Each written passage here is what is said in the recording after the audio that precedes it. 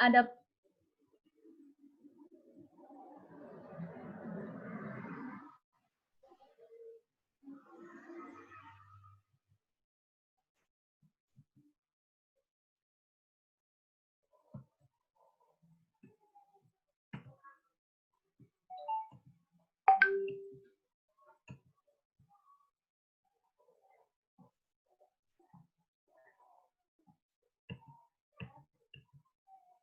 Baiklah, adapun CV atau daftar riwayat hidup dari Yunda kita, yaitu bernama Yunda Rafiko Febrianti, sarjana pertanian, tempat tanggal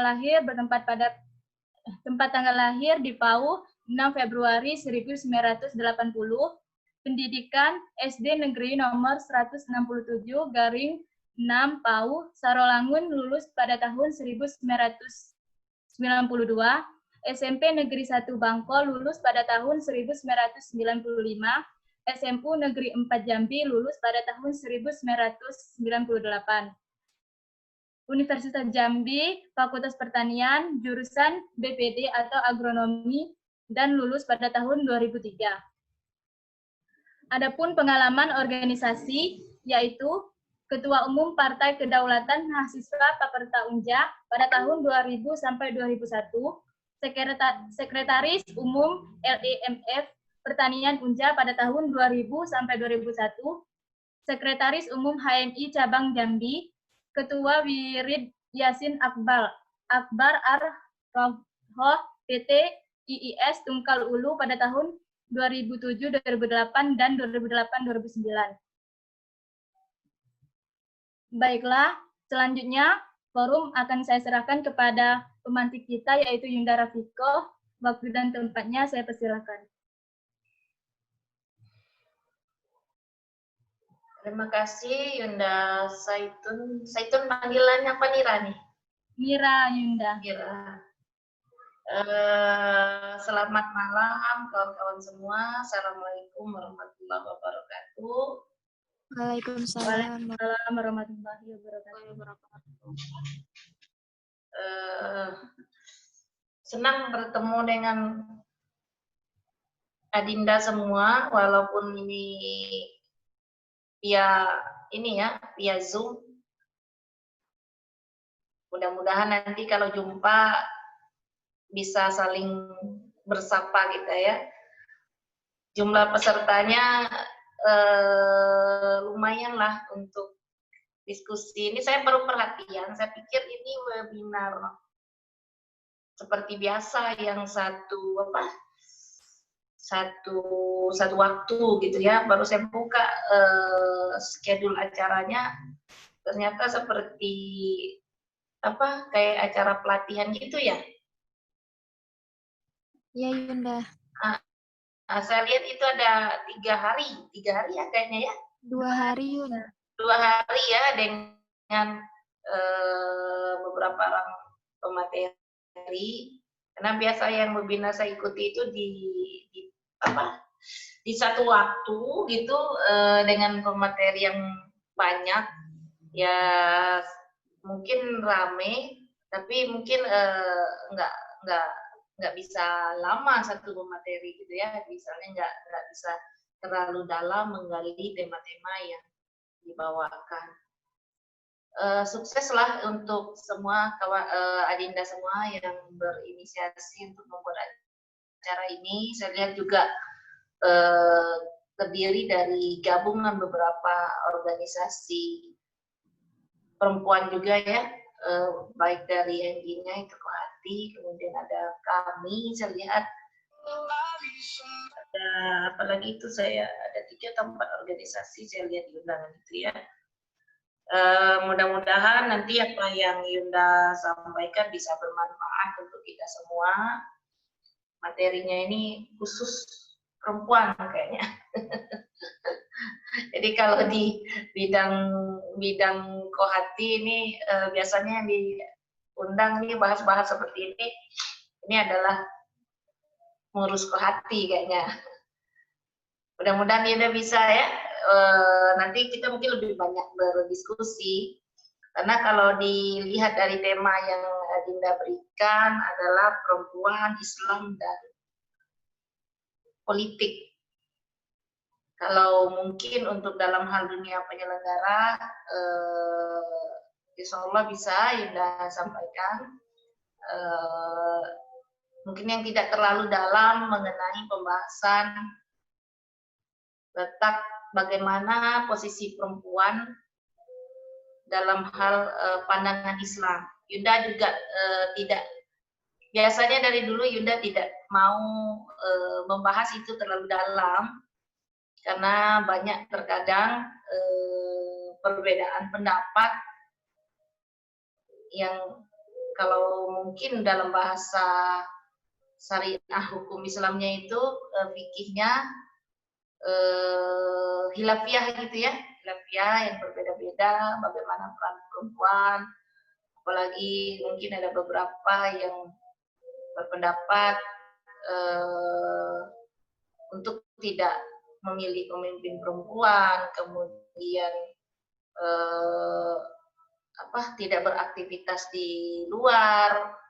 Nah, Yunda tidak ingin membahas yang itu, karena kalau kita sudah bahas itu, kalau berpendapat tidak boleh beraktivitas di luar dan sebagainya, saya pikir kita tidak bisa melanjutkan lagi pembahasan-pembahasan berikutnya. Khusus untuk ini, Yunda akan fokus mungkin bagaimana kiprah perempuan dalam dunia politik. Berhubungan juga dengan Yunda yang beraktivitas sebagai penyelenggara untuk saat ini diamanahkan sebagai anggota Bawaslu Provinsi Jambi. Mungkin bisa dimulai slide-nya, Dinda. Nanti kita akan lebih banyak berdiskusi, saya pikir, karena Zoom ini kalau tidak lagi kita bertemu langsung, itu terkadang kalau menurut ilmu pendidikannya itu maksimal kita akan konsen itu hanya dalam waktu 15 menit. Apalagi kalau dalam hal Zoom kita tidak bertemu langsung, bisa-bisa nanti ada yang ketiduran ini kan. Baik, kita mulai dari slide ini. Ya, perempuan sebagai bagaimana kiprahnya di dalam dunia politik. Sebenarnya banyak hal ya. Kalau untuk perempuan itu di dunia politik, pertama mungkin sebagai penyelenggara, kemudian kedua tentu sebagai pemilih ya, pemilih, kemudian juga sebagai yang dipilih. Ya, kalau sudah kita bicara dunia politik, penyelenggara, kemudian pemilih dan yang dipilih.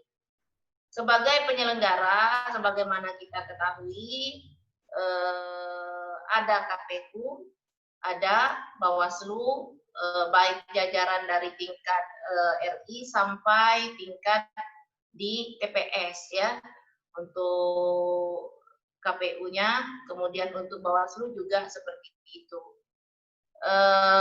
Kemudian di tingkat penyelenggara, bagaimana partisipasi perempuannya, sebagaimana kita ketahui, ini kenapa slide-nya hilang ini?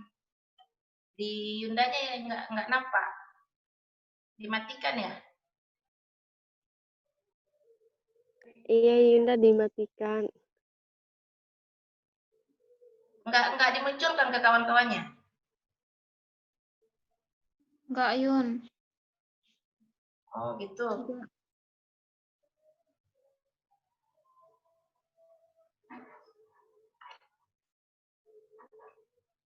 Kenapa nggak bisa ya dari sana ya?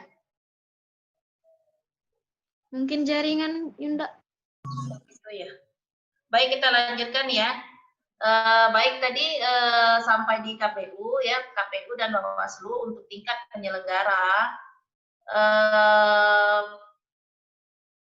bahasa yang disampaikan di dalam undang-undang baru dalam bahasa memperhatikan perempuan untuk kuotanya itu 30%. Jadi bukan mewajibkan atau mengharuskan, tapi baru dalam batas memperhatikan. Nah, sehingga sebagaimana yang kita lihat di tingkat penyelenggara, tidak semuanya memiliki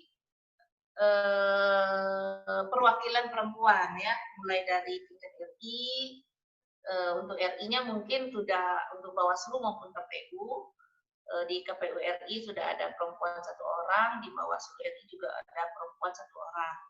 Kemudian untuk di tingkat provinsi, untuk Provinsi Jambi itu sama ya, KPU-nya sudah ada perempuannya 1 orang, kemudian di Bawaslu-nya juga sudah ada 1 orang. Kemudian di tingkat kabupaten kota semakin ke bawah ya, untuk provinsi sama kabupaten itu tidak semua ada perwakilan perempuan. Untuk kabupaten saja sebagaimana kita lihat ya, untuk Provinsi Jambi itu untuk di Bawaslu itu cuma ada 2 kabupaten kota yang laki itu memiliki peluang yang sama seharusnya. Kemudian ketika dianggap permasalahan, misalnya saat maju di legislatif, kalau dahulu-dahulunya mungkin hanya menjadi pelengkap, tetapi dengan undang-undang oleh Yunda-Yunda kita yang duduk di DPR, memaksakan pasal wajib untuk menjadi pengurus partai, kemudian menjadi caleg partai pada nomor urut yang tidak hanya menjadi pelengkap, sehingga membuat peluang itu seharusnya sama. Kemudian juga memilih pemimpin yang juga yang akan duduk di eksekutif juga mempunyai peluang yang sama. Kalau kita hitung tadi dari jumlah DPT yang antara jumlah perempuan dan laki-laki itu, bahkan di beberapa tempat justru lebih banyak perempuan. Kemudian juga bagaimana nanti ketika perempuan itu, mengapa dia seharusnya mampu duduk di eksekutif maupun legislatif, itu dalam hal upaya tentu adalah bagaimana nanti regulasi-regulasi yang dibuat ataupun kebijakan itu berpihak kepada perempuan. Banyak hal ya menyangkut kehidupan berbangsa dan bernegara yang sangat terkait dengan perempuan, terutama mungkin dalam hak bekerja gitu ya, hak bekerja, hak duduk di suatu jabatan. Kemudian perempuan itu memiliki keistimewaan, misalnya dalam hal bekerja, dia ada hak untuk cuti melahirkan, cuti hamil. Kemudian sekarang kita ada mengenal pengarustamaan gender ya. Kalau dulu mungkin tidak banyak yang peduli pada perempuan-perempuan yang baru melahirkan, yang harus menyusui, sehingga di fasilitas kantornya tidak meletakkan ataupun mewajibkan suatu kantor memiliki ruang khusus menyusui. Bahkan sekarang kita lihat di mal-mal, tidak hanya di kantor, kemudian juga di ruang-ruang publik ya, yang memberikan fasilitas untuk ibu-ibu menyusui. Itu semua tentu lahir daripada kebijakan maupun regulasi di mana ada perempuan yang ada di dalam itu. Karena kalau kita mengharapkan dari bapak-bapak ataupun laki-laki untuk berpikir sampai sejauh itu, sepertinya bukan mereka tidak peduli, cuma mungkin tidak terpikir. Makanya kan yang mengerti perempuan itu sebenarnya ya perempuan gitu ya, kebutuhan apa yang seharusnya untuk perempuan. Yunda pikir itu ya yang bisa Yunda sampaikan sebagai pengantar untuk kita berdiskusi. Selanjutnya Yunda serahkan kepada moderator. Terima kasih. Billahi taufiq wal hidayah. Assalamualaikum warahmatullahi wabarakatuh. Waalaikumsalam Waalaikumsalam warahmatullahi wabarakatuh. Terima kasih banyak Yunda.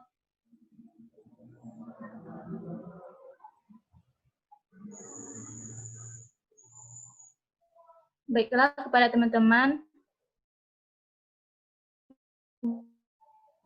jika ada yang ingin bertanya, silakan cek di room Zoom atau via WA juga boleh.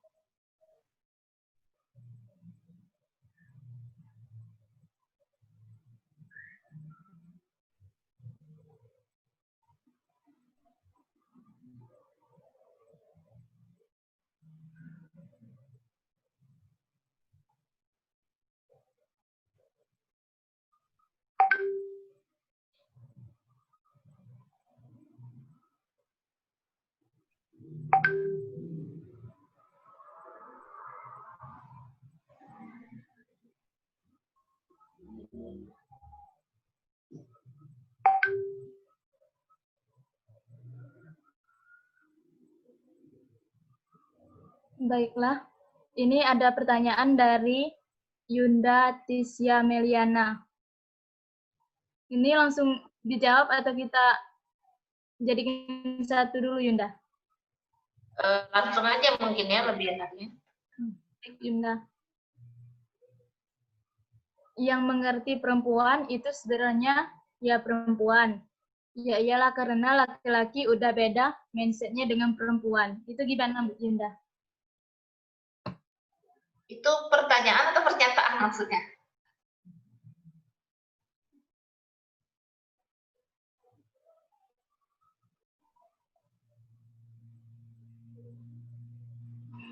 Enggak ada tanya. Sepertinya ini pernyataan Yunda. Ya tadi mungkin karena pernyataan Yunda yang terakhir sebelum mau menutup itu tadi, bahwa Yunda nyatakan bahwa yang mengerti perempuan itu ya perempuan. Karena memang seperti itu kenyataannya, makanya kita sebagai perempuan harus ada perwakilan di setiap lini, baik di misalnya ketika kita bicara yudikatif, maka seharusnya harus ada yang mewakili perempuan di lini yudikatif. Kemudian di lini legislatif juga harus ada perempuan, apalagi pada lini-lini legislatif ini dalam hal membuat undang-undang. Sebagaimana kemarin ya ada undang-undang yang heboh bahas masalah bagaimana mengatur perempuan dalam bekerja, hak perempuan, ya kan? Kemudian membahas pelecehan terhadap perempuan, ya termasuk juga dalam hal-hal posisi, misalnya menjadi jaksa, menjadi pengacara, karena banyak hal-hal permasalahan perempuan di tingkat masyarakat ya, yang kita lihat baik hal dalam hal hukum misalnya ya, KDRT, kita lihatnya banyak perempuan-perempuan mengalami KDRT, kemudian bagaimana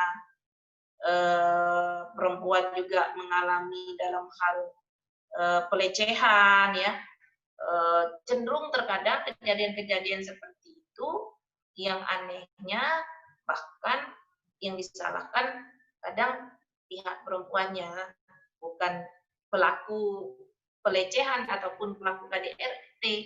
Nah, itulah terkadang hal-hal yang menjadi permasalahan terhadap perempuan.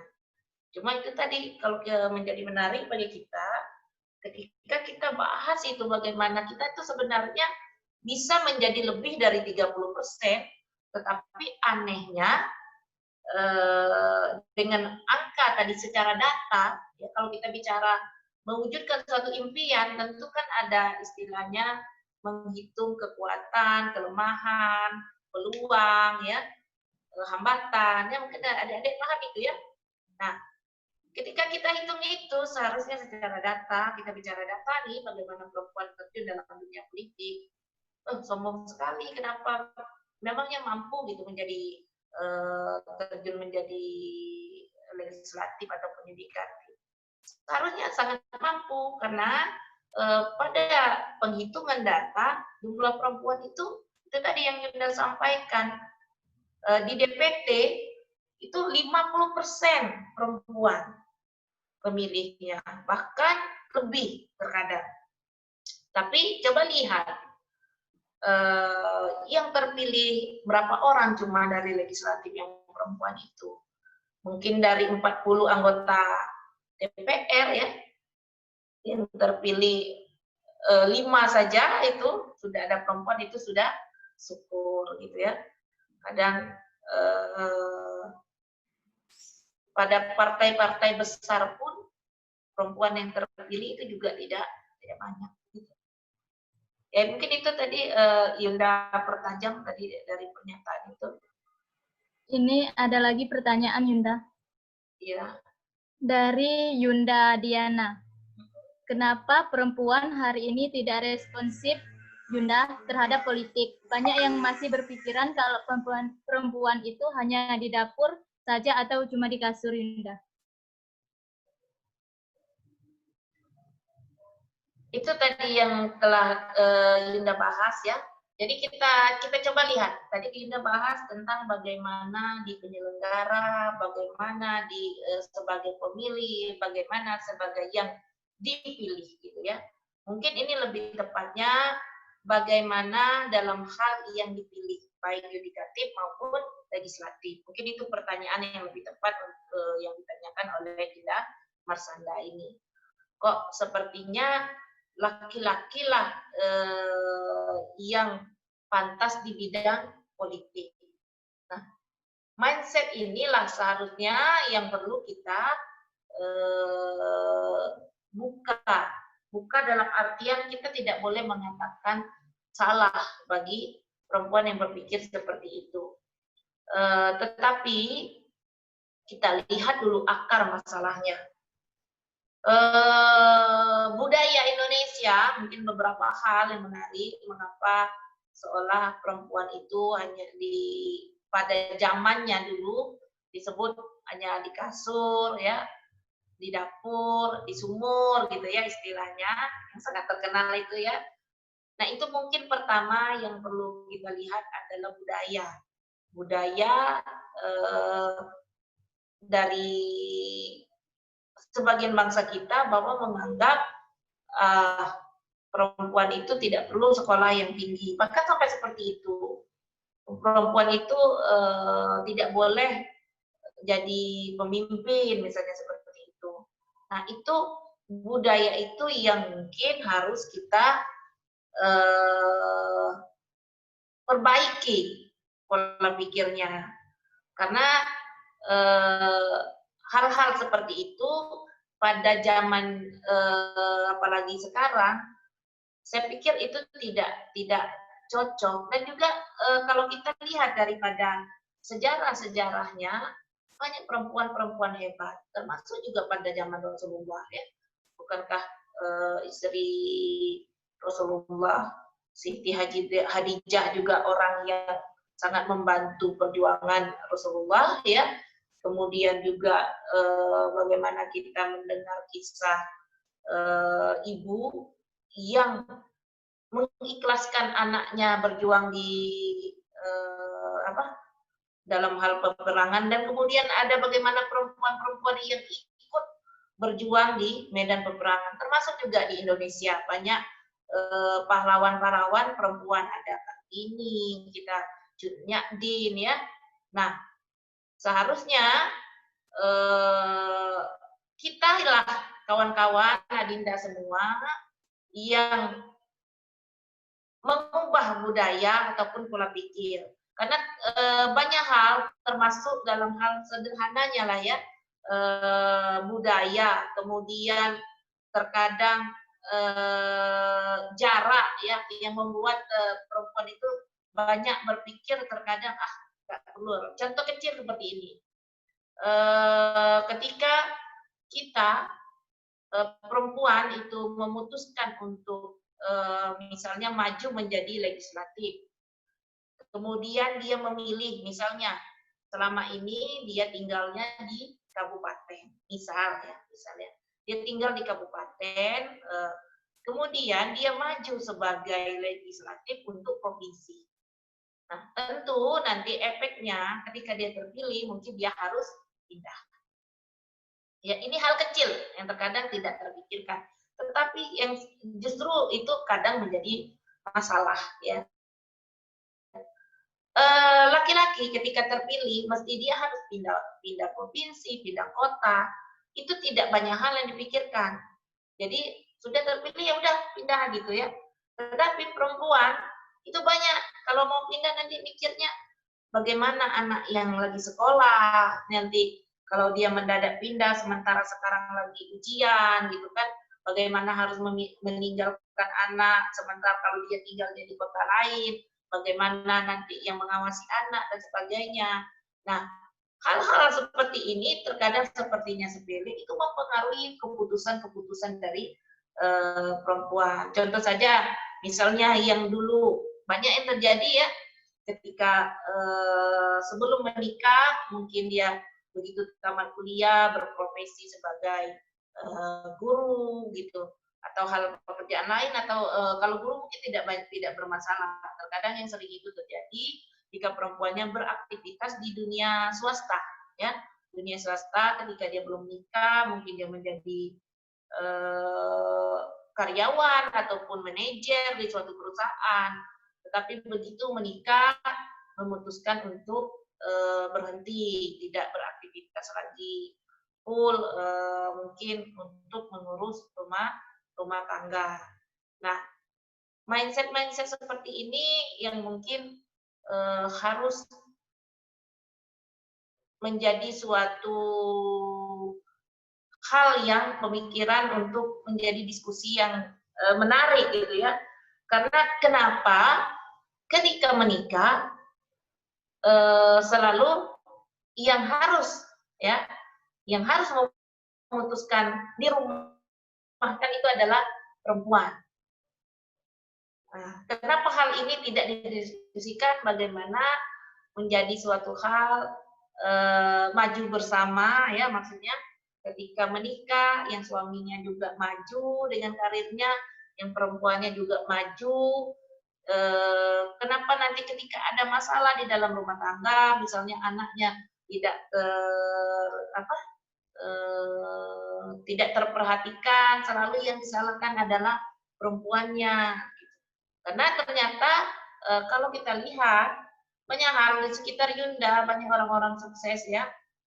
Contoh saja, Yunda sangat mengagumi Yunda kita Palina Singka, ya. Ada yang kenal? Ya, beliau pernah menjadi anggota KPU RI, kemudian menjadi anggota DKPP. Beliau seorang guru besar ya, sudah menjadi profesor. Suaminya juga profesor, aktivitasnya sampai sekarang sangat banyak gitu ya. Semua aktivis-aktivis perempuan mengenalnya. Betapa kita lihat beliau adalah tokoh perempuan yang bagaimana anak-anaknya juga sukses, suaminya juga sukses, beliau juga sukses, ya. Nah, kenapa hal seperti ini yang tidak kita angkat, gitu ya? Bukan kita melulu seolah-olah ketika perempuan maju, ya, begitu menikah, maka dialah yang harus memutuskan mundur, yang harus jika gagal anaknya dalam hal pendidikan dan sebagainya, selalu fokusnya perempuan yang disalahkan. Nah, kenapa tidak diangkat ini masalah bersama? Tidak ada yang misalnya harus menyalahkan perempuan, istrinya, ataupun suaminya. Tetapi ini masalah bersama yang harus diselesaikan bersama. Nah, hal-hal seperti ini yang belum terbangun, sehingga seolah-olah itu ya laki-laki lah yang menjadi tokoh yang harus di pentas politik. Padahal kalau yang terbangun adalah komunikasi yang baik, semua itu tidak harus seperti itu menempatkan posisi perempuan. Apalagi pada kenyataan sekarang dengan kehidupan yang realnya sangat keras ya, kebutuhan yang semakin meningkat, baik dalam hal kebutuhan sandang pangan maupun kesehatan menjadi suatu hal yang dibutuhkan jika suami dan istri seharusnya maju bersama dan tentu dengan tidak mengorbankan nanti daripada keluarga, yaitu khususnya anak. Saya pikir itu untuk pertanyaan yang dari Dinda Marsanda ya. Terima kasih Yunda. Ini ada pertanyaan kedua Yunda. Dari Muhammad Taufik Ramadan.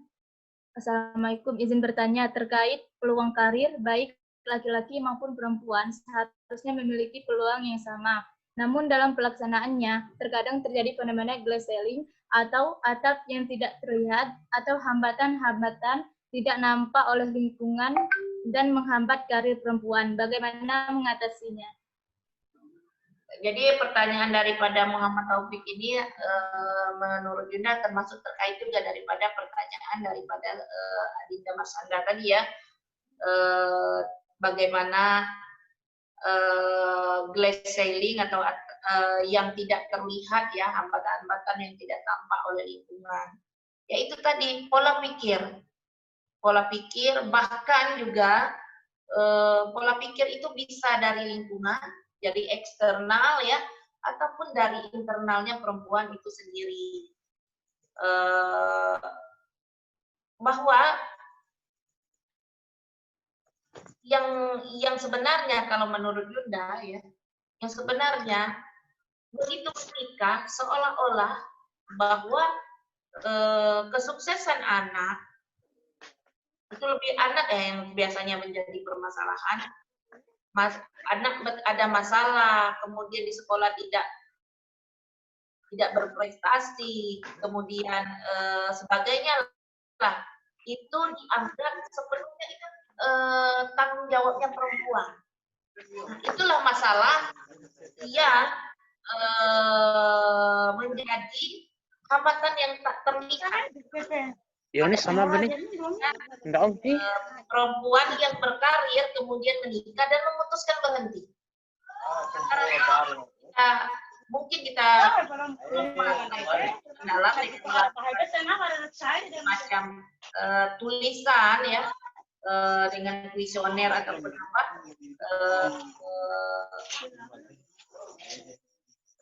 ya. Nah, itu akan menyebab perempuan itu memutuskan berhenti berkarir adalah keluarga. Bahwa semua tanggung jawab ya, keberhasilan anak,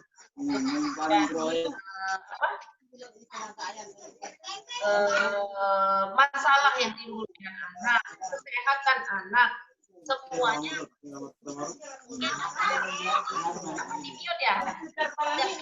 Oh, nama Arab, Beli Pak Arab dalam Minal.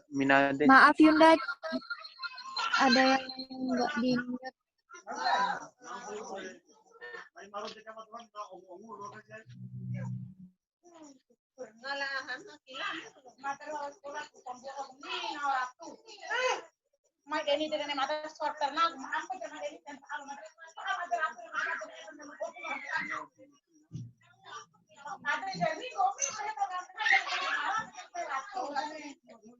Anda Septian Rahman, tentunya tidak ada forum, tapi nggak di-emut.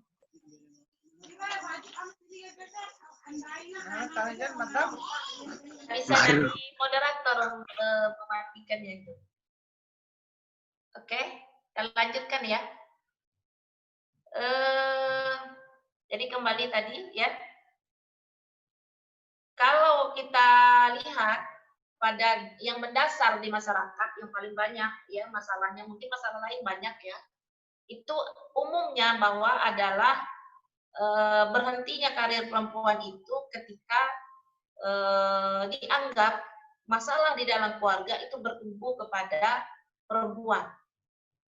Anak tidak punya prestasi, maka perempuan ibunya yang disalahkan. Anak sakit ya, misalnya tidak terurus dan sebagainya, perempuan yang disalahkan. Ibu dalam hal ini. Dan banyak hal lainnya. Nah, bagaimana menyelesaikan ini? Ya tentu ketika perempuan memutuskan untuk tetap berkarir ataupun nanti berkeluarga, kemudian harusnya ini sudah terbangun komitmen yang baik yang dari awal bahwa mau maju bersama atau bagaimana gitu ya. Kemudian pola pikir itu harus didukung oleh keluarga maupun pasangan hidup. Nah, ini sebenarnya sudah dalam ya bagi Adinda semua ini pembahasannya kalau sudah sampai tingkat sana. Karena rata-rata perempuan berkarir itu permasalahannya ketika memang munculnya ketika sudah berkeluarga. Tetapi ketika masih bebas ya dalam artian belum menikah, itu apalagi kalau memang dari keluarganya sudah memberikan peluang misalnya dengan mendukung anaknya kemudian kuliah ya, apalagi sampai nanti tingkat pendidikan yang tinggi S2, S3 gitu ya, biasanya itu tentu mendukung untuk berkarir. Tetapi ketika pada posisi yang sudah menikah, nanti ketika tidak mendapat dukungan yang penuh dari pasangan ataupun keluarga daripada pasangan, ini yang biasanya yang Dinda lihat fenomena di masyarakat, perempuan berkarir itu nanti memutuskan untuk fokus dengan keluarga. Tetapi dalam hal ini kita tidak membahas salah ataupun benar, tentu itu sesuai dengan kondisi daripada keluarga masing-masing. Tetapi memang kalau memang dalam hal ini keputusan untuk berkarir perempuan itu tadi bahwa kalau kita tanya bagaimana mengatasinya, ya tentu ketika memilih daripada lingkungan ataupun pasangan hidup nanti, ya dari awal memang sudah dibahas bahwa ini mau bagaimana konsepnya. Ya itu tadi kalau kita, karena kita selalu membangun yang diangkat ke permukaan adalah yang negatif, ya. Dibangun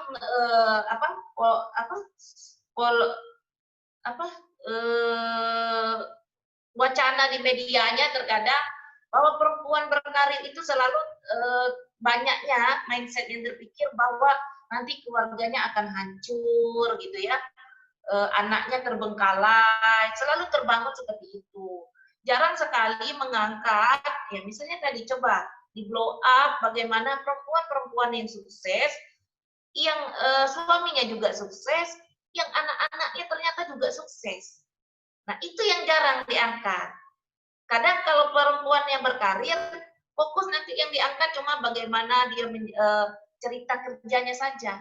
Tetapi bagaimana cerita sukses keluarganya itu tidak diangkat. Tapi ketika nanti perempuan itu sukses, tetapi keluarganya hancur, nah yang di blow up adalah hancurnya keluarganya. Nah, itu perbedaan, itu juga penting dalam hal menurut Yunda, bagaimana media membangun wacana-wacana itu, sehingga imbang antara cerita yang gagal dengan yang sukses. Karena selalu menurut Yunda yang Yunda perhatikan, apalagi coba kalau kita ikuti ya di media sosial maupun nanti dalam hal berita apa, itu yang membuat terkadang keputusan dari seorang perempuan berkarir itu berhenti adalah karena keluarga. Nanti mungkin dalam hal ketika karirnya sangat melambung tinggi gitu ya, nanti tiba-tiba muncul masalah, tantangan ya. Nanti anaknya sakit, anaknya narkoba, ya. Coba kita lihat ya. Atau mungkin yang tantangan dari pasangan dan sebagainya. Nah, nanti beritanya terkadang yang muncul, oh perempuannya nih yang salah, terlalu sibuk gitu ya, hingga tidak mengurus keluarga, tidak mengurus anak. Nah, ini yang terkadang lebih banyak di blow up ke media. Ini media juga sangat menentukan dalam hal bagaimana mindset sehingga terbangun seharusnya perempuan itu didukung, ya, dukungan itu. Nah, diangkat dong cerita-cerita bagaimana perempuan yang sukses, karir, keluarganya juga sukses, suaminya juga sukses. Nah, kita punya contoh nyata kalau di lingkungan kita. Kita punya Yunda Palina Singka, ya. Menurut Yunda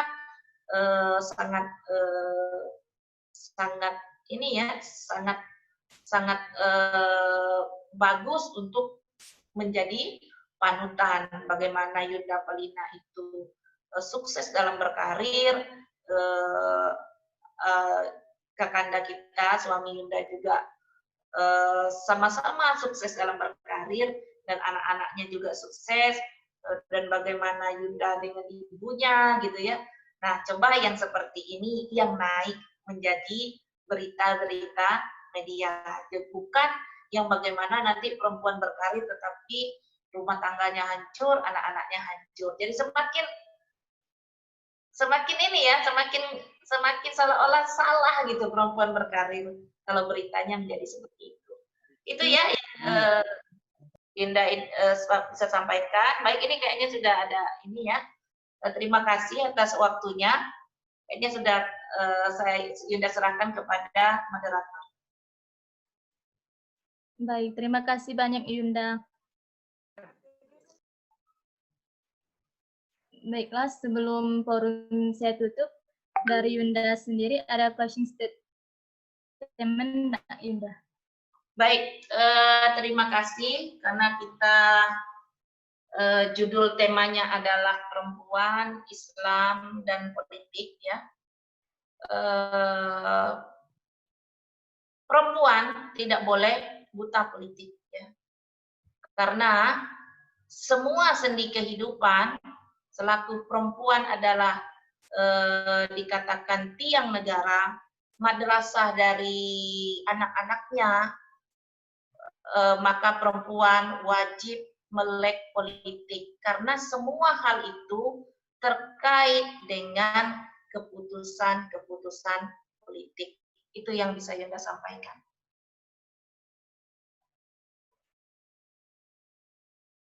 Baik, terima kasih banyak Yunda. Baiklah teman-teman, berhubung dengan waktu kita, sekiranya cukup dengan 3 pertanyaan. Terima kasih Dinda semua, Yunda pamit ya. Assalamualaikum warahmatullahi wabarakatuh. Habis ini yang mana? Terima kasih banyak Yunda. Terima kasih Yunda. Waalaikumsalam. Terima kasih Yunda. Waalaikumsalam.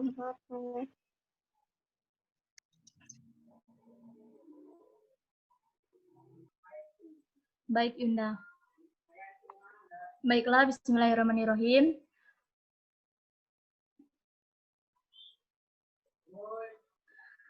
Materi yang kedua akan kita lanjutkan dengan tema menjadi aktivis yang responsif terhadap kasus kekerasan pada perempuan dan anak. Adapun CV atau riwayat hidup dari pemateri kita yaitu nama Siti Fatimah Siagan, alamat Kalibata, Jakarta Selatan, riwayat pendidikan, SD di Asahan, MTS di Asahan, SMA Muhammadiyah Asahan, S1 Hukum UNA, S2 Hukum Jayabaya. Jenjang pengkaderan, LK1 Asahan, LK2 Asahan, LK3 Palembang, SC Cabang Labuhan Batu, TFT Kohati Batko Sumut. Adapun moto dari beliau yaitu hidup adalah masalah. Baiklah, Yunda, mungkin bisa dimulai. Selanjutnya, forum saya serahkan kepada Yunda. Waktu dan tempat saya persilakan.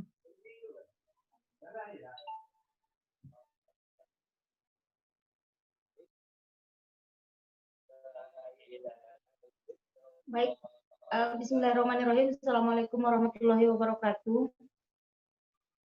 Waalaikumsalam warahmatullahi wabarakatuh.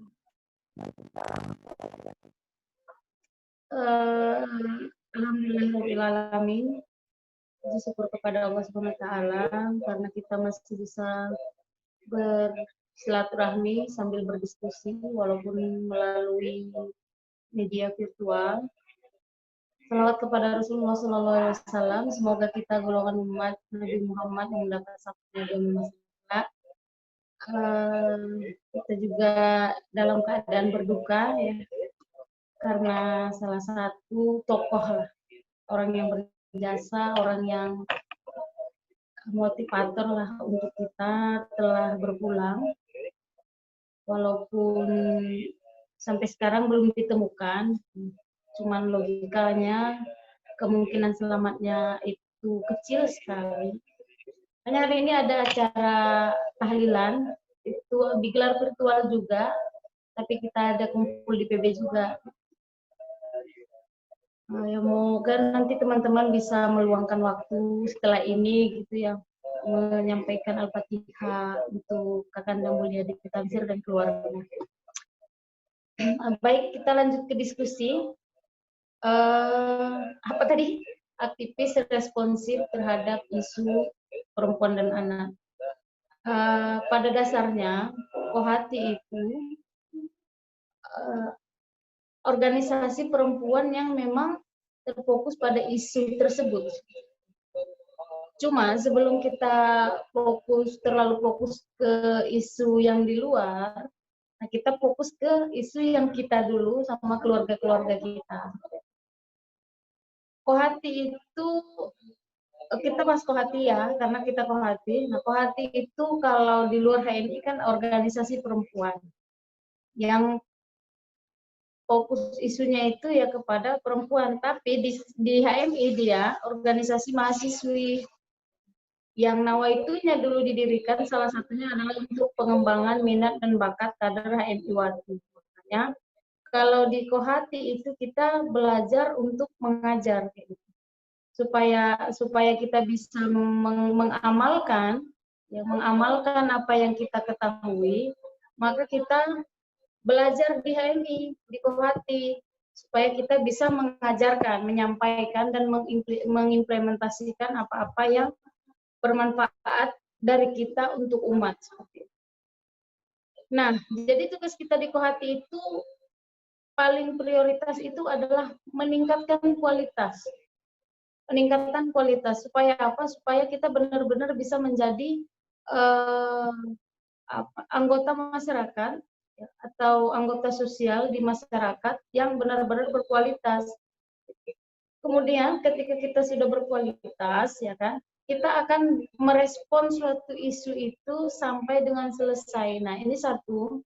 Beberapa hari yang lalu saya pernah sampaikan ke teman-teman kita, ke kita semua sebenarnya ini perlu kita evaluasi. Kita di Kohati sebenarnya sudah responsif, cuma sayangnya kita kurang mampu menyelesaikan isu itu sampai dengan selesai. Karena apa? Karena memang di Kohati ini setelah kita pahami lah ya, kita lihat-lihat, kemampuan advokasi kita masih harus ditingkatkan lagi. Kalau responsif, kita bukan mau air laut asin sendiri ya. Saya pikir Kohati termasuk organisasi perempuan yang responsif terhadap isu. Baik isu perempuan, isu anak, ya, isu kekerasan, isu ekonomi, itu kita sudah responsif. Tapi tindak lanjut dari merespon isu itu, nah itu yang kita masih kurang, masih minim. Makanya memang sebenarnya di Kohati ini sudah ada sih diatur training advokasi, cuman masih jarang. Ada yang sudah melakukannya, tapi masih jarang. Jadi harapannya memang mari kita tingkatkan training advokasi itu supaya apa? Supaya kita benar-benar bisa mengawal isu yang kita respon itu sampai dengan selesai, nggak gantung. Nah, kenapa saya bilang Kohati itu harus lebih fokus kepada internalnya dulu, karena memang itu, kita ini bukan artinya eksternal nggak penting ya, tapi kita untuk keluar itu kan kita harus menyiapkan diri. Di mana kita menyiapkan dirinya di internal, kayak gitu. Makanya ini juga budaya tentang kalau kita ikut training karena mau nyalon jadi ketua umum, nah ini coba dihilangkan. Dan kita untuk meningkatkan kualitas kita itu nggak harus ada training kok. Kita bisa diskusi-diskusi santai kayak gini lah gitu ya. Sebenarnya kondisi pandemi ini ya, dengan adanya bencana nasional pandemi COVID-19 ini sebenarnya kita dibangunkan. Kalau nggak ada COVID-19 belum tentu kita melek seperti ini gitu ya. Bisa jadi setiap kalau mau diskusi itu misalnya kalau mau undang saya harus datang, harus ini, jadi makan waktu, makan biaya gitu. Akhirnya banyak kegiatan-kegiatan yang tidak terlaksana. Nah, si COVID-19 ini ya kita bersyukur dan ikhlas juga sebenarnya gitu, karena kita jadi melek, bukan kita aja sebenarnya, ibu-ibu bahkan karena COVID-19 ini orang-orang di daerah dipaksa harus paham atau bisa atau mengerti tentang Zoom meeting ini. Kenapa? Karena anak-anaknya sekolah lewat Zoom. Jadi kalau dia nggak paham, anaknya terhambat sekolahnya. Itu sisi positifnya, tapi sisi negatifnya banyak juga sih ya. Jadi teman-teman, kalau kita membahas tentang aktivis respon terhadap isu, yang paling pertama kita harus siapkan itu adalah diri kita, kualitas kita. Yang itu modal awal kayak gitu. Supaya apa? Kayak yang saya sampaikan, supaya kita tahu yang kita respon ini mau kita apain gitu. Jadi kita ini nggak aktivis yang cuma ngomong-ngomong aja gitu. Nah, kalau cuma ngomong-ngomong aja, jadi kesannya kita cuma ngejar eksistensi. Tapi esensinya kita nggak mampu selesaikan. Kita nggak mampu tangani. Jadi tujuan kita merespon isu itu juga harus jelas. Jangan cuma gara-gara supaya mau diupload di WA, diupload di media sosial dan lain-lain gitu kan. Apalagi sekarang itu musim, bukan salah, saya tidak menyalahkan, tapi musim sekali mengeluarkan statement, mengutuk keras, mengini segala macam. Emangnya dampaknya apa gitu loh ya. Kalau misalnya ada ini isu pemerkosaan, ini nauzubillah min dzalik tapi ya. Ada Kohati atau ada saudara dari Kohati diperkosa. Baru kita keluarkan statement. Kohati PB mengutuk keras tindakan ini. Saya mau tanya, efek dari kutukan keras itu apa? Dia berubah jadi batu? Dia berubah jadi kayak maling kundang? Enggak kan? Gitu. Nah ini yang respon tapi tidak ditindaklanjuti sering terjadi. Jadi kita keluarin statement sebatas statement. Tidak ada tindak lanjut dari statement itu.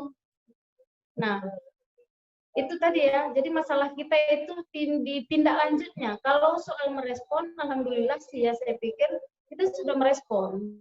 Cuman dalam hal tindak lanjut dari respon yang kita lakukan itu kurang matang. Ada sih yang beberapa dari kita yang sudah melakukan itu. Tapi tidak atas nama lembaga Kohati, atas nama misalnya kayak saya atau teman-teman yang lain gitu kan, atas nama yang lain gitu. Ada yang kerja di kantor lawyer mungkin, atas nama kantornya, sama tidak membawa nama lembaga Kohatinya.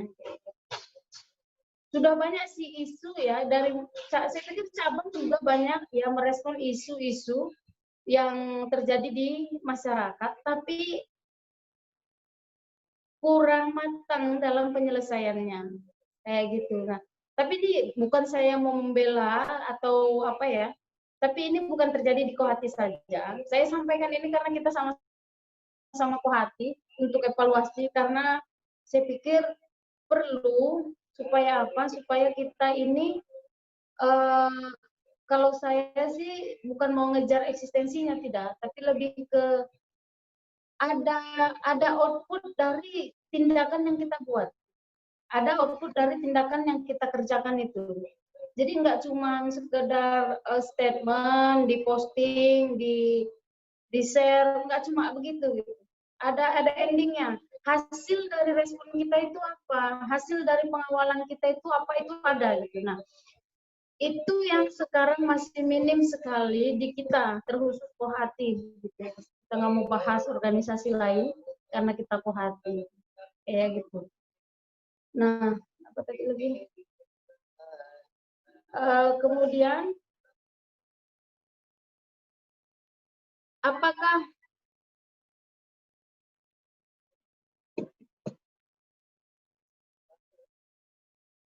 apakah sekarang Kohati itu tidak apa namanya, tidak ada pengawalan isu yang sampai selesai?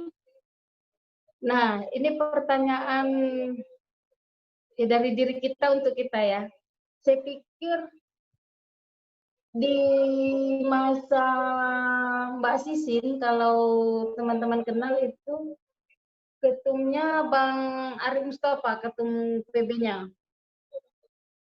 Masa mereka itu mengawal undang-undang pornografi, tapi nggak muncul nama Kohatinya kayak gitu. Karena apa ya? Karena ya ketutup kitanya yang pasti. Gitu. Karena memang yang awal itu bukan cuma Kohati, banyak. Sama kayak yang terjadi hari ini, rancangan undang-undang penghapusan kekerasan seksual RUU PKS.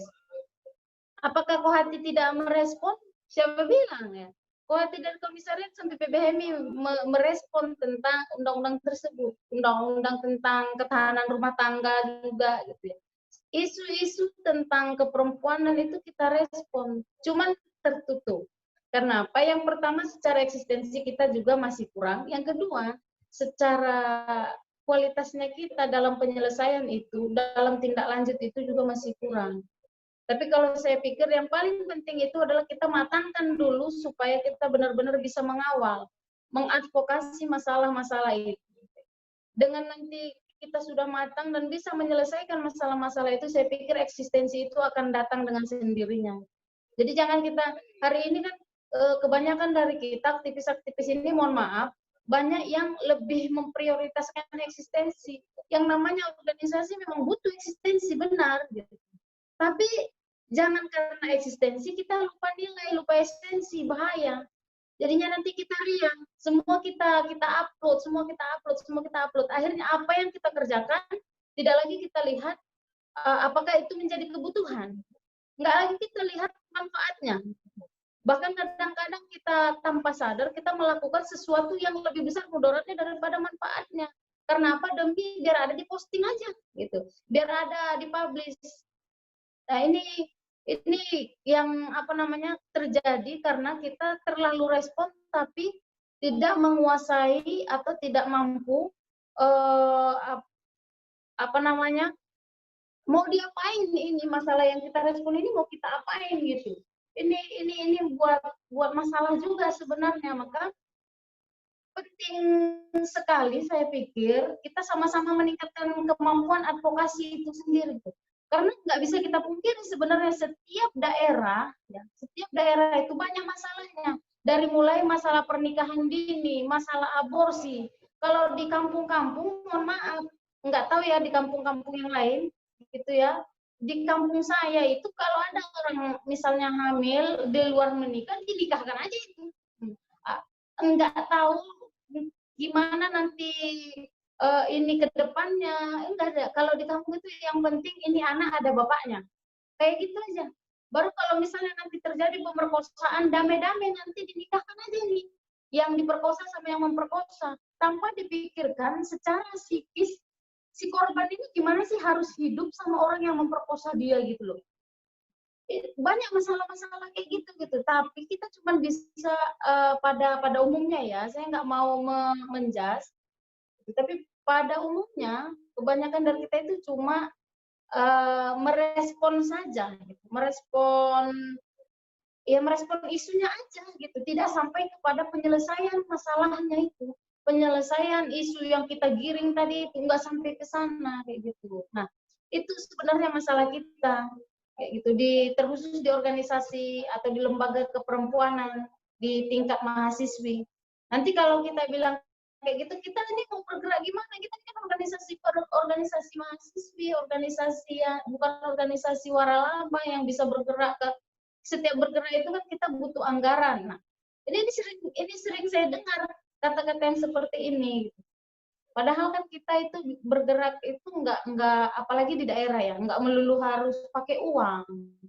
Karena hitung-hitung juga itu penelitian, pengabdian gitu kan. Karena Tridharma perguruan tinggi juga kan berkaitan sama situ gitu kan. Kan kita organisasi mahasiswa sebenarnya matching gitu. Cuman lagi karena memang metode berpikirnya aktivis-aktivis zaman now ini ya perlu diluruskan, saya pikir perlu dikembalikan ke hitohnya tadi, makanya dimulai dari kita seperti itu. Mungkin itu saya itu kita diskusi aja ya. Saya soalnya enggak, karena saya udah siapkan bahannya sebenarnya. Cuman karena ya ada hal-hal yang kita tidak duga-duga lah ya seperti itu. Tapi kita diskusi aja, santai aja, tanya jawab, monggo silakan. Saya kembalikan kepada moderator. Baik Yunda, terima kasih banyak Yunda.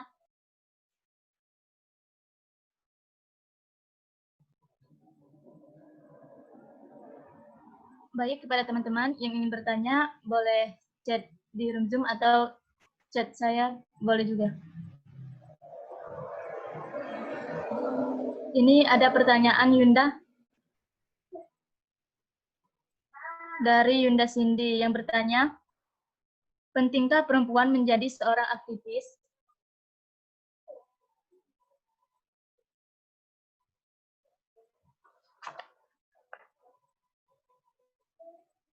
Langsung dijawab atau dikumpuli dulu?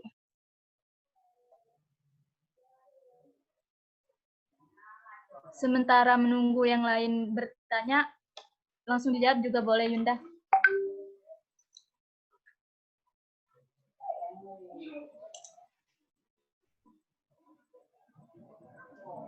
Baik, kalau pertanyaannya pentingkah seorang perempuan untuk menjadi aktivis, pentinglah gitu ya. Karena memang sebaik-baik manusia adalah yang bermanfaat untuk orang lain. Aktivis itu kan orang yang aktif. Bukan berarti orang yang lupa sama tanggung jawab ya, tanggung jawabnya sebagai perempuan, lupa kodrat, enggak juga. Jadi semuanya kembali kepada kita. Kalau kita lihat sejarah juga,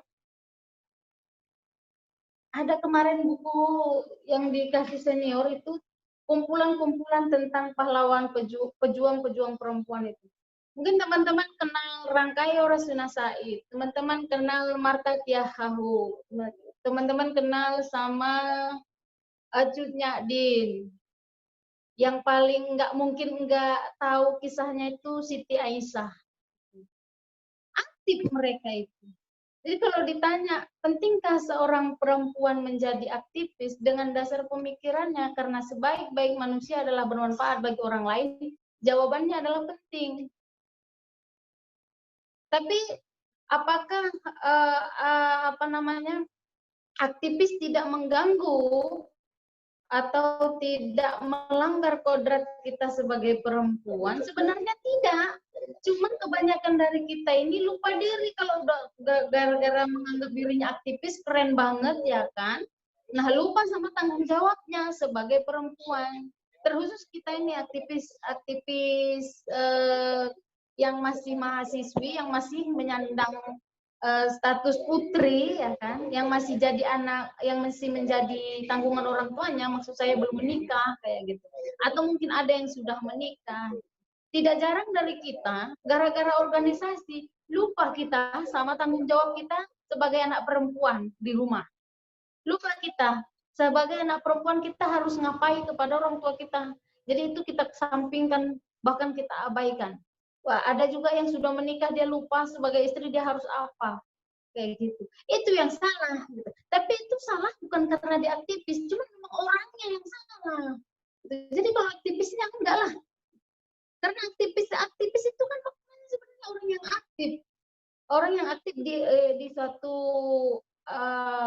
perkumpulan, organisasi, atau di himpunan atau di lembaga kayak gitu. Jadi kalau misalnya ada yang salah tentang itu yang salah bukan karena dia aktivis, tidak. Itu yang salah orangnya. Makanya kita harus memahami itu. Kalau teman-teman pernah mengikuti training-training lah ya, gitu kan.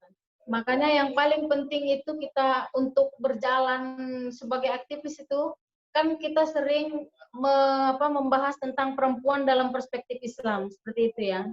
Perempuan sama laki-laki, soal pembahasan gender dan lain-lain lah. Pokoknya itu sering kali kita bahas itu. Tidak jarang ada organisasi perempuan yang bahasannya sedikit-sedikit tentang kesetaraan gender, sedikit-sedikit tentang kesetaraan gender. Sensitif banget soal gender gitu kan. Seolah-olah perempuan itu benar-benar sangat terdiskriminasi. Seolah-olah laki-laki dan perempuan ini adalah saingan kayak gitu. Sampai nggak jarang ya, kebanyakan lagi kalau kita aktivis ini kan ketemu aktivis perempuan sama aktivis laki-laki itu bilang kayak laki-lakinya bilang nggak mau punya istri aktivis karena nanti mau makan aja ribet dulu. Nah yang perempuan bilang nggak mau juga punya suami yang aktivis karena bangunnya aja mau maghrib. Jadi sama aja. Jadi kalau yang nggak mau sama nggak mau ya nggak kawin-kawin. Gitu lah ya. Kenapa kita lebih ke cari kesalahannya? Kenapa nggak kita lebih ke memperbaiki diri kitanya? Ini kebiasaan buruk juga ini. Kayak gitu kira-kira. Nah makanya kalau kita berbicara tentang peran kita sebagai aktivis atau peran kita sebagai orang yang berorganisasi saat ini gitu ya, yang paling kalau kita mau bicara tentang kesetaraan, kalau kita mau bicara tentang kita yang paling penting itu kita ketahui itu adalah hakikat manusianya dulu, karena sesungguhnya perempuan dan laki-laki itu adalah manusia. Jadi sebelum kita berbicara tentang siapa lebih tinggi derajatnya, siapa ini, kita harus tahu dulu awalnya. Gitu. Kita kupas tuntas dulu awalnya. Dalam Islam itu kita ini siapa? Manusia. Manusia itu harus apa? Gitu. Manusia itu ada siapa aja, perempuan dan laki-laki. Tugas perempuan apa, laki-laki apa, kewajibannya apa, haknya apa. Seperti itu. Jadi sebenarnya udah jelas banget gitu kan. Apalagi nih yang saya kadang heran, ini saya juga sempat dihujat gara-gara pernah mencetuskan bahwasanya apa sih yang harus kita ributkan dari poligami? Wah ini saya pernah kena kena bully rame-rame gitu.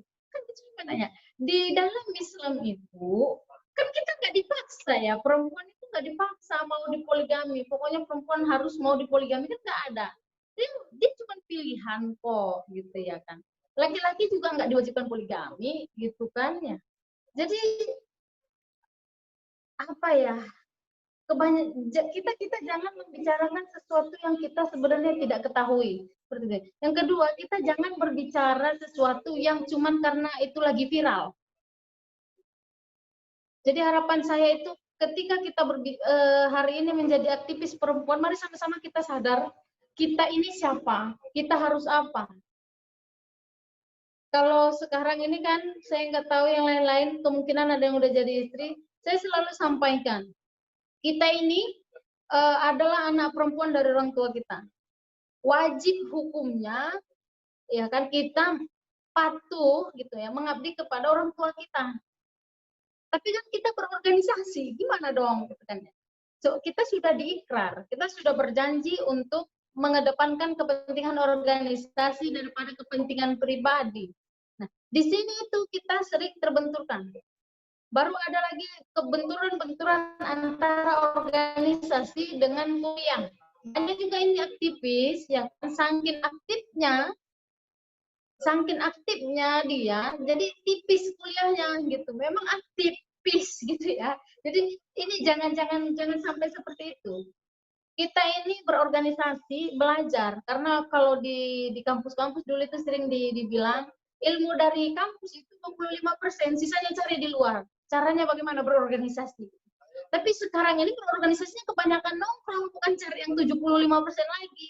Ini juga salah. Waktu kita habis, ilmu kita nggak dapat, uang kita habis, hutang numpuk. Kenapa? Karena kita harus mengikuti teman-teman kita yang beken-beken gitu ya kan.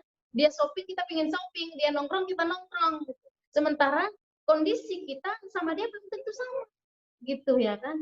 Seharusnya kita tamat, nggak tamat-tamat. Kenapa? Karena kebanyakan cari di luar. Kan dibilang 75% di luar. Iya, 75% di luar itu kita cari. Bukan kita nongkrong, nunggu-nunggu. Kayak gitu. Nah, ini juga yang sering terjadi di kita. Nah, mungkin itu. Jadi, sekali lagi saya sampaikan bahwasanya pentingkah kita menjadi aktivis? Kalau menurut saya penting. Karena sebaik-baik manusia adalah yang bermanfaat bagi orang lain. Seperti itu. Karena kita dengan aktifnya kita menggunakan kualitas kita, mengimplementasikan ilmu kita, mengamalkan ilmu kita, artinya kita akan menjadi orang yang bermanfaat. Seperti itu. Dikembalikan.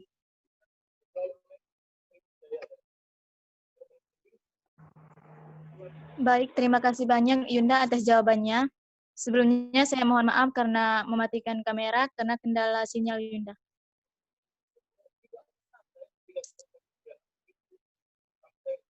Berikutnya ada pertanyaan dari Aprianti, instansi Kami Jambi. Assalamualaikum Yunda, saya perwakilan dari Kami Jambi. Mau bertanya, membahas di desa saya, hampir tiap tahunnya ada saja perempuan yang kecelakaan sebelum menikah. Maksudnya hamil di luar nikah.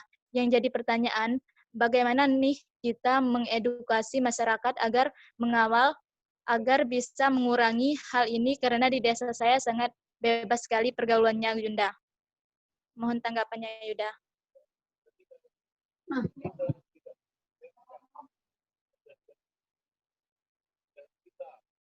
Terkait dengan hamil di luar nikah ini saya nggak tahu pasti ya datanya gitu ya kan. Kalau teman-teman mau lihat datanya itu ada kayaknya di webnya Komnas, di webnya Kementerian Pemberdayaan Perempuan itu soal pernikahan dini itu. Yang pasti yang kita lihat pakai mata kita sendiri gitu ya. Marak-maraknya hamil di luar nikah ini di tahun 2009 lah ya, dari mulai 2009 ke sini terus. Dulu tapi kalau hamil di luar nikah itu aib banget, malu banget keluarganya. Tapi dimulai tahun 2011-an makin ke sini, biasa aja. Oh hamil, panggil orang tuanya, nikahkan. Kayak gitu. Dipestain, pakai organ, pakai hiburan, undang keluarga, pesta gede-gedean. Jadi ini udah bukan menjadi suatu aib lagi, ini bahaya ini. Jadi tidak ada lagi ketakutan ya udah kalau hamil di luar nikah tinggal bilang aja. Atau bahkan ada yang malah disengajanya karena mungkin dia supaya dikawinkan cepat, sengaja dia. Kalau udah hamil kan mau gimana lagi, orang tua saya kan nggak mungkin suruh saya kuliah lagi apa segala macam, udah hamil. Jadi justru malah dijadikan senjata ini barang. Oh bahaya ini ada terjadi. Nah gimana cara mengedukasinya? Yang pertama memang ini bukan sesuatu yang mudah karena kita harus merubah budaya. Karena ini juga saya pernah nggak tahu terpikir di pikiran saya dengan maraknya isu LGBT. Saya pikir ini juga berpengaruh terhadap tingkat terjadinya hamil di luar nikah. Karena apa? Karena beda dulu kalau kita berteman sama perempuan gitu kan, teman kos kita, kalau kita udah buru-buru banget tuh mandi bareng biasa aja. Kalau sekarang kalau kita sama teman perempuan kita ini terus atau laki-laki sama teman laki-lakinya terus bareng ini kompak banget udah kayak saudara gitu, dibilang nggak normal guys, gitu ya kan. Daripada dibilang nggak normal ya udahlah ya kita jalan sama teman yang lawan jenis kita. Ya kalau orang normal ya kan, orang normal dan dewasa jalan terus berduaan lawan jenis, Saya pikir normal-normal aja juga kalau menghadirkan orang-orang baru. Ya karena kemana-mana bareng. Namanya manusia itu pasti punya titik kelemahan. Nggak ada niat memang. Kadang-kadang nggak ada niat. Tapi karena udah bareng-bareng kemana-mana, bareng-bareng, itu pancing lah.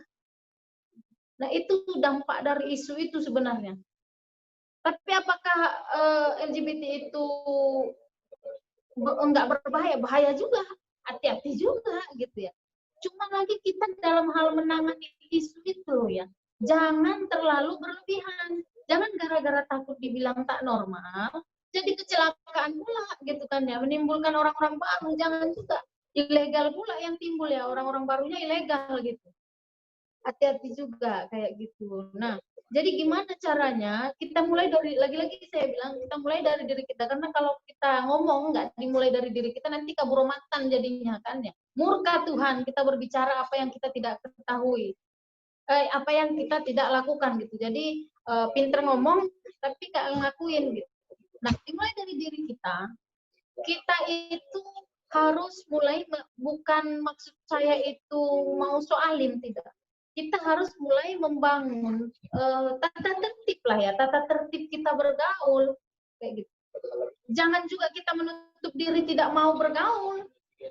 Kita memang harus bersosial, kita ini makhluk sosial, kita memang harus bergaul di masyarakat, berteman. Apalagi sekarang ini kan kita nggak bisa temannya ini perempuan semua gitu, atau laki-laki semua, nggak gitu juga. Tinggal lagi kita yang ngasih garis-garis gitu ya, polis lain diri kita sendiri, sampai batasan-batasan mana bolehnya kayak gitu. Itu dimulai dari diri kita sendiri, apalagi berorganisasi ya kan. Kalau di luar organisasi dulu, kita belum berorganisasi, nengok anak gadis pulang jam 1 malam itu kok kayaknya suujon aja kita ya. Setelah berorganisasi kita pulang jam 5 subuh. Kira-kira pandangan orang terhadap kita itu gimana ya? Gitu ya. Anak cewek-cewek diantar cowok gitu kan ya. Misalnya rapat cabang gitu ya. Rapat organisasi. Ya namanya organisasi ini kan janjinya jam 8, mulainya jam 12. Gimana nggak selesainya jam 5? Ya selesainya jam 5 tidurlah ya kan. Lewat juga sholat subuhnya. Ini sering terjadi juga ini. Kayak gitu. Nah, jadi bagaimana cara mengedukasinya? Dimulai dari diri kita. Nah, kita ini bolehlah meminjam meminjam strateginya bisnis multi level marketing, direct selling itu. Kita mengembangkannya melalui diri kita, orang-orang terdekat kita, dari orang terdekat kita, nah, mengembangkan gitu ya.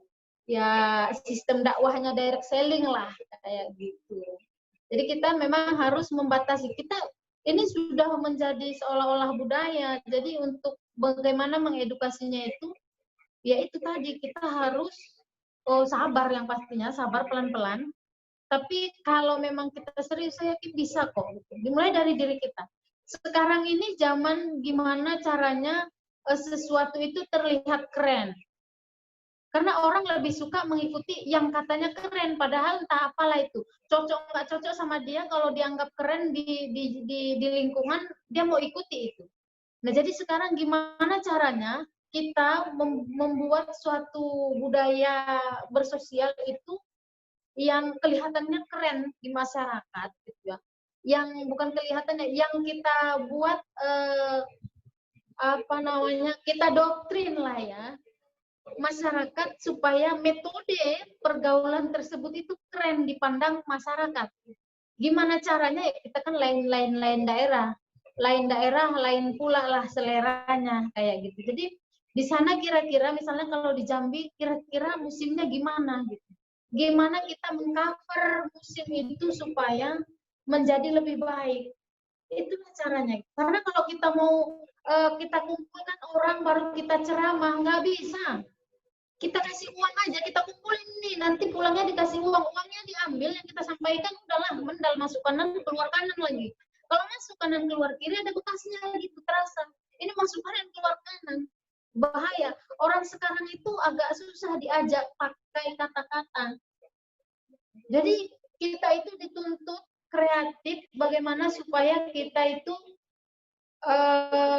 menciptakan atau melakukan atau bisa membuat yang sesuatu yang dapat mendoktrin metode pemikiran, mendoktrin masyarakat itu supaya bisa ikut kayak kita, gitu. Supaya suka dengan apa yang kita buat. Enggak gampang memang gitu, tapi ya namanya aktivis ya kan, aktivis ini kan menggebu-gebu, masih berapi-api semangatnya, ya tetap yakin usaha sampai ya kan, atau fastabikul khairat lah gitu. Itu kira-kira. Jadi kalau bagaimana sistem mengedukasinya dimulai dari kita, teman kita, dan nanti baru kita kalau sudah sepaham beberapa orang, kita punya geng gitu kan ya. Kan musim ya pakai geng-geng ya. Nah, kita punya geng, gimana supaya orang kepingin kayak gengnya kita gitu. Kira-kira seperti itu aja. Jadi jangan kaku-kaku, karena sekarang ini kalau kaku-kaku nggak dipakai. Bahkan sekarang TikTok itu digunakan untuk ngajarin anak-anak. Sistem pembelajaran untuk anak-anak sekarang saya lihat udah banyak menggunakan TikTok gitu. Jadi kelihatannya main-main tapi belajar ternyata. Nah, gitu juga bagaimana supaya kita ini kelihatannya nggak ngapa-ngapain tapi sebenarnya sudah mengajak ke arah yang kita tuju tadi. Kayak gitu. Nah, itu tadi doktrin tadi, bagaimana caranya tergantung budaya di daerah masing-masing. Seperti itu, saya kembalikan. Baik, terima kasih banyak Yunda atas tanggapannya. Ini ada teman lagi yang bertanya, Yunda. Dari Yunda Dewi, Komisariat Ekonomi. Bagaimana mengakhiri kekerasan terhadap perempuan? Apa tantangannya? Dan ketika perempuan dilecehkan, mengapa rok mininya yang disalahkan? Bagaimana cara mengakhiri? Mohon Kalau ditanggapi, Yunda. mengakhiri harus dimulai daripada mengurangi lah ya. Kita nggak bisa langsung mengakhiri. Kekerasan itu terjadi ada sebabnya. Jadi bagaimana cara mengatasinya kita harus tahu dulu sebab terjadinya. Nah, kalau kita lihat berita, kalau kita lihat data, itu banyak yang terjadi. Yang pertama karena faktor ekonomi. Kemudian faktor pendidikan. Faktor pendidikan ini memang sangat mempengaruhi ya. Karena pendidikan juga mempengaruhi ekonomi, karena pendidikan juga mempengaruhi metode berpikir. Kekerasan, apalagi di masa pandemi, berapa persennya kemarin, mengalami peningkatan kekerasan dalam rumah tangga yang korbannya itu adalah perempuan. Kekerasan ini bukan kekerasan cuma fisik aja yang bisa jadi kekerasan penelantaran, itu juga bagian dari kekerasan. Banyak ya jenis-jenis kekerasan. Nah, itu pada umumnya terjadi karena faktor ekonomi. Jadi bagaimana supaya mengurangi terjadinya kekerasan tadi, berarti kita bagaimana cara memperbaiki ekonomi tadi. Bagaimana cara memperbaiki ekonomi? Sementara ini kita ini bukan keturunan orang yang darahnya biru gitu lah ya. Kita semuanya darahnya merah. Gimana dong memperbaikinya? Di situ dibutuhkan yang namanya pendidikan supaya kita mampu berpikir kreatif untuk mencapai sesuatu tadi. Dalam hal ini ya untuk ekonomi kreatif pastinya. Kayak gitu. Tapi faktanya sampai sekarang walaupun udah banyak perempuan kaya, banyak juga yang kaya-kaya itu jadi korban kekerasan. Itu kira-kira apa penyebabnya? Banyak kok perempuan-perempuan kaya itu, dia pengusaha yang gajinya 1 bulan 100 juta, pasti juga jadi korban kekerasan. Lah, tapi katanya tadi faktor ekonomi, dia ekonominya apa? Gimana dong? Nah, ini juga tadi ada kaitannya sama pertanyaan pertama. Kalau kita menjadi wanita karir misalnya, apakah salah? Saya bilang tidak. Tapi kalau misalnya kita menjadi wanita karir yang melupakan tanggung jawab kita, salahlah. Karena hari ini perlu kita akui juga bahwasanya banyak kita ini kadang-kadang lebih banyak menuntutnya daripada melihat ke diri kita. Saya bukan mau nyalahin perempuan loh ya, karena saya juga perempuan, orang tua saya perempuan ya, ibu saya. Jadi tidak bermaksud untuk menyudutkan, tapi ini lebih ke evaluasi. Banyak perempuan-perempuan yang dulunya beraktivis dan sukses akhirnya berkarir, dia lupa karena menurut dia sudah sukses, dia lupa kalau dia itu tetap ada hal-hal yang wajib dilakukannya sebagai perempuan. Tidak ada memang batasannya, tidak ada memang dilarang kalau perempuan itu jadi pemimpin, nggak dilarang memang. Tapi kalau di rumah kita harus mengakui, kalau kita sudah bersuami, kita harus mengakui kalau di rumah itu pemimpinnya itu ya suami kita. 100 juta pun gaji kita sebulan kita pajak.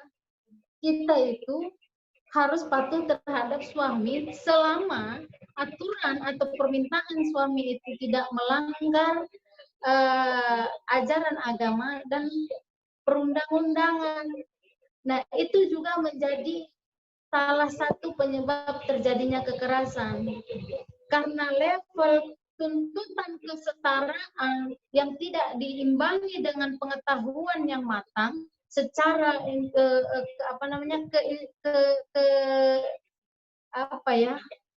keislaman lah ya, keislaman dan keintelektualannya tidak seimbang, itu juga menjadi penyebab.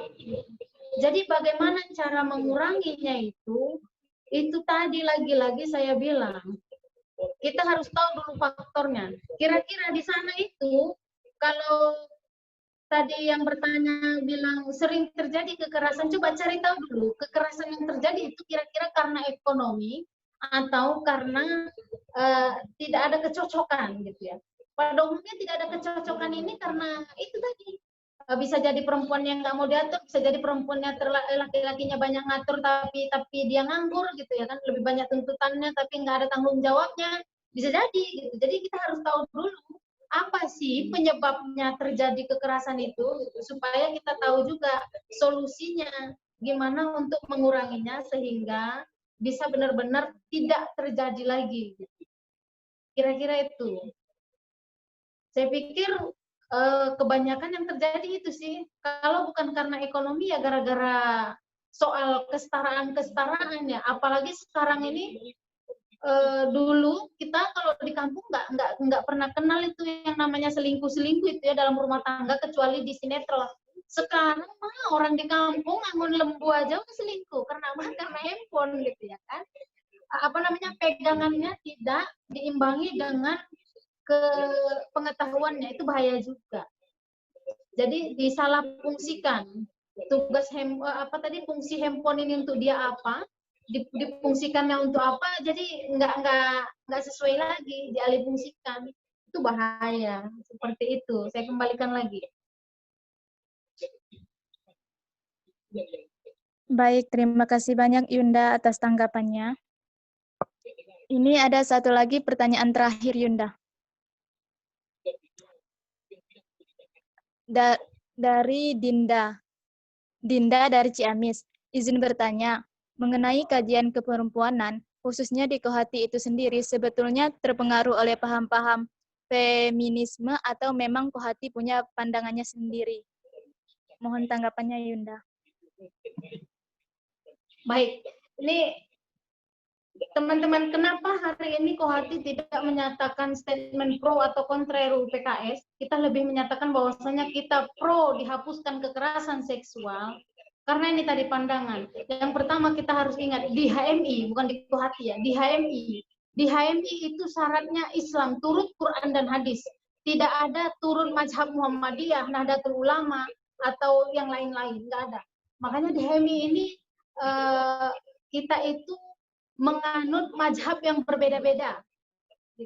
Jadi tidak ada pembatasan-pembatasan. Kalau Kohati, apakah Kohati punya paham sendiri? Nggak ada. Kita bebas. Tapi kita diwajibkan pulang dan kembali ke Al-Quran dan hadis. monggo silakan cari referensi dan literatur sebanyak-banyaknya selama tidak bertentangan dengan Al-Quran dan hadis. Kayak gitu. Jadi kalau paham feminis, kita sendiri di Kohati memaknai feminis itu masih beda-beda, gitu ya kan? Makanya kalau ditanya apakah Kohati itu punya pandangan sendiri soal feminis, tidak ada. Jadi tidak ada pembatasan. Saya pikir itu bukan menjadi penghalang untuk kita di HMI atau di Kohati menyatukan pandangannya, karena memang kita kan dikasih dikasih garis hitam gitu ya, turut Al-Quran dan hadis. Jadi ya monggo-monggo aja menurut mengartikan atau memandang feminis itu gimana gitu ya kan. Tapi saya pikir kalau memahami mau memahami feminis itu, cobalah dari benar-benar pahami dulu sejarahnya, asal muasal atau asbabun nuzul ada feminisme itu gimana sih, gitu, supaya kita tidak bergerak lagi. Soalnya kebanyakan sekarang ini kalau bahas feminis itu seolah-olah kalau feminis itu diartikan kalau perempuan-perempuan aktif ini dianggap feminis. Kalau nanti kita ini agak keren-keren sedikit dianggap pemikirannya paham kiri. Seolah-olah begitu gitu. Jadi mengartikannya itu tidak berdasarkan referensi yang benar gitu. Lebih ke tebak-tebak aja, tebak-tebak. Oh, dia ya namanya perempuan itu kan kalau di dalam Islam sebaik-baik wanita adalah yang lebih banyak di rumah katanya. Oh, berarti kalau ini menganut paham feminisme.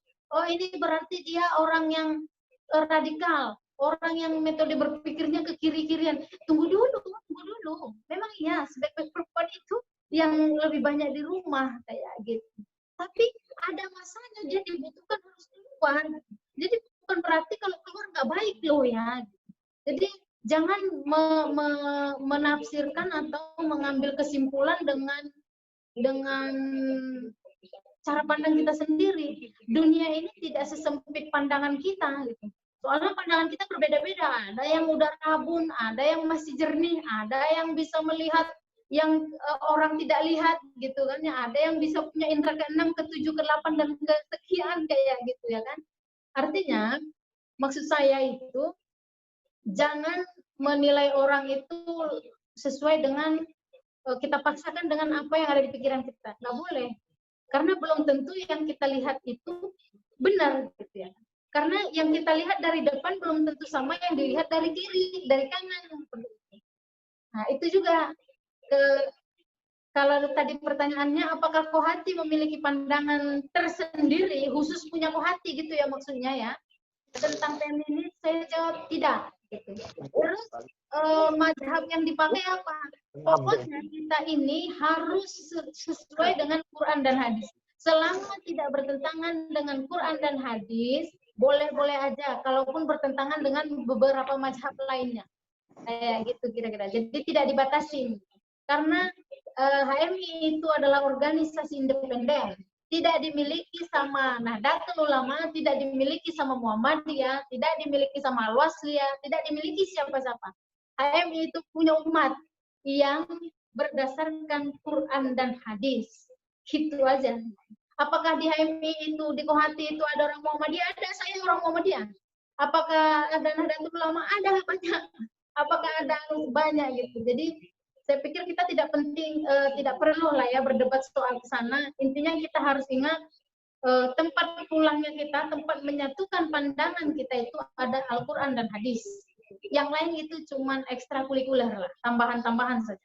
Kayak gitu. Sama kayak kalau dibilang, apa sih kewajiban utama kita sebagai kader HMI sekarang ini? Sebenarnya kewajiban utama kita menyelesaikan studi, karena kita ini himpunan mahasiswa. Gitu ya kan. Jadi kegiatan yang lainnya itu apa? Itu ekstrakurikuler. Jangan sampai kita melaksanakan yang sunnah, meninggalkan yang wajib. Misalnya kita ikut sholat gaib, tapi nggak ikut sholat maghrib, sama aja, bohong. Kayak gitu, hati-hati. Ya, saya kembalikan kepada moderator. Baik, terima kasih banyak Yunda atas tanggapannya. Baiklah, kepada teman-teman sekalian, apakah ada tanggapan dari diskusi kita hari ini, malam ini? Selanjutnya akan ada dua kata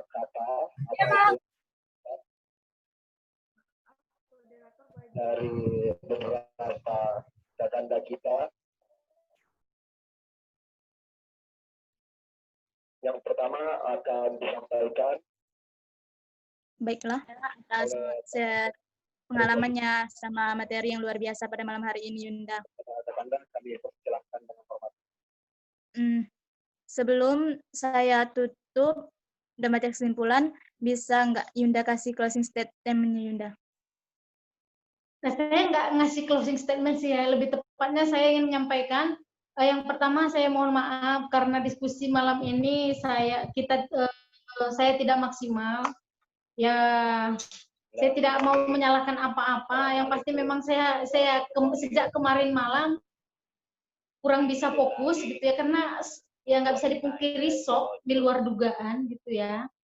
Jadi agak kurang fokus gitu. Jadi saya sampaikan kepada teman-teman permohonan maaf saya kalau tidak maksimal. Tapi kalau misalnya teman-teman ingin menggantikan malam ini dengan beberapa diskusi berikutnya, monggo silahkan. Saya bersedia insya Allah selama waktunya tidak bertabrakan dengan yang lain. Seperti itu. Dan harapan saya memang kita semua lebih meningkatkan diri kita supaya kita bisa menjadi orang yang lebih bermanfaat. Artinya pastabikul khairat, yakin usaha sampai untuk pastabikul khairat tadi kayak itu. Dan saya mohon ya untuk kita semua nanti tolonglah dikirimkan Al-Fatihah untuk kakanda kita Mulyadi Petamsir, semoga beliau mendapat tempat yang baik, tempat yang mulia, beliau istri dan mertuanya serta adik iparnya ya, kalau mereka berempat serta korban-korban yang lainnya. Seperti itu. Mungkin itu, lebih dan kurang saya mohon maaf. Billahi taufiq wal hidayah, yakin saya sampai. Assalamualaikum warahmatullahi wabarakatuh. Waalaikumsalam warahmatullahi wabarakatuh. Waalaikumsalam. Terima kasih banyak, Yunda. Itu luar biasa. Mantap. Saya izin live ya. Yap, Yunda. Kita semua diberi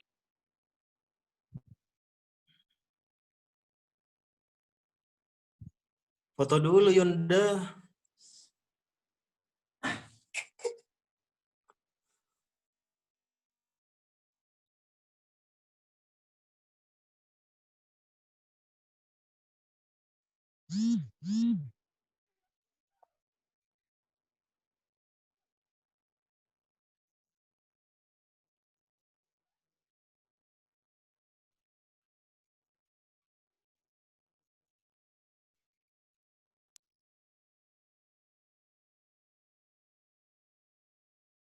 Boleh kameranya dihidupin teman-teman.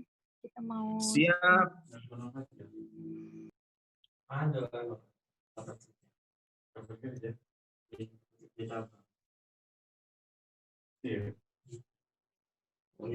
Video.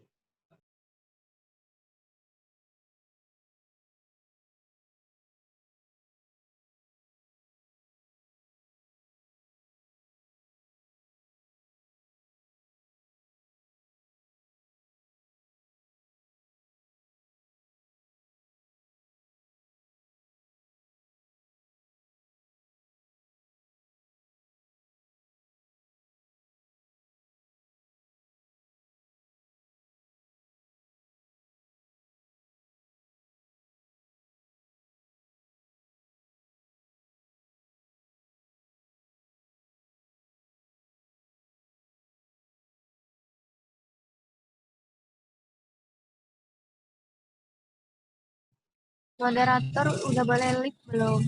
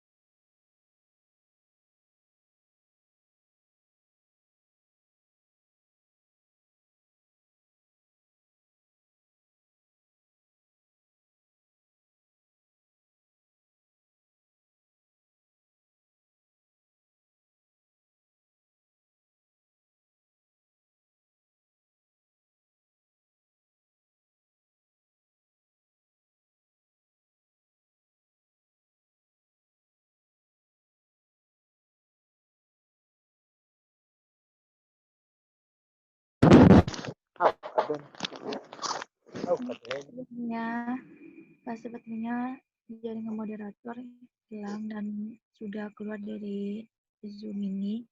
Terima kasih untuk teman-teman semua yang telah mengikuti webinar selama 2 hari 2 malam. Semoga ilmunya berkah dan sampai. Baiklah, ya cukup. Wabillahi taufiq wal hidayah. Wassalamualaikum warahmatullahi wabarakatuh. Waalaikumsalam. Waalaikumsalam warahmatullahi wabarakatuh. Ya Kusa. Waalaikumsalam. Ya, Yakuza. Waalaikumsalam warahmatullahi wabarakatuh.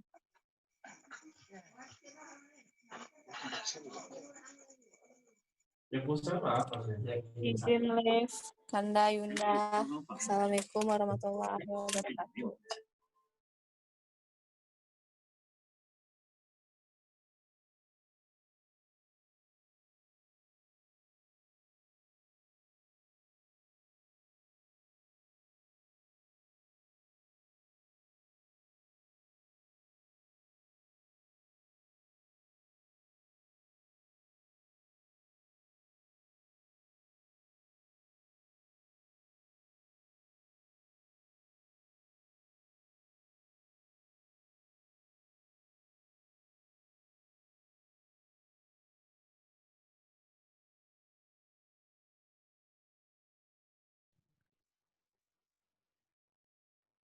Ingat jomblo.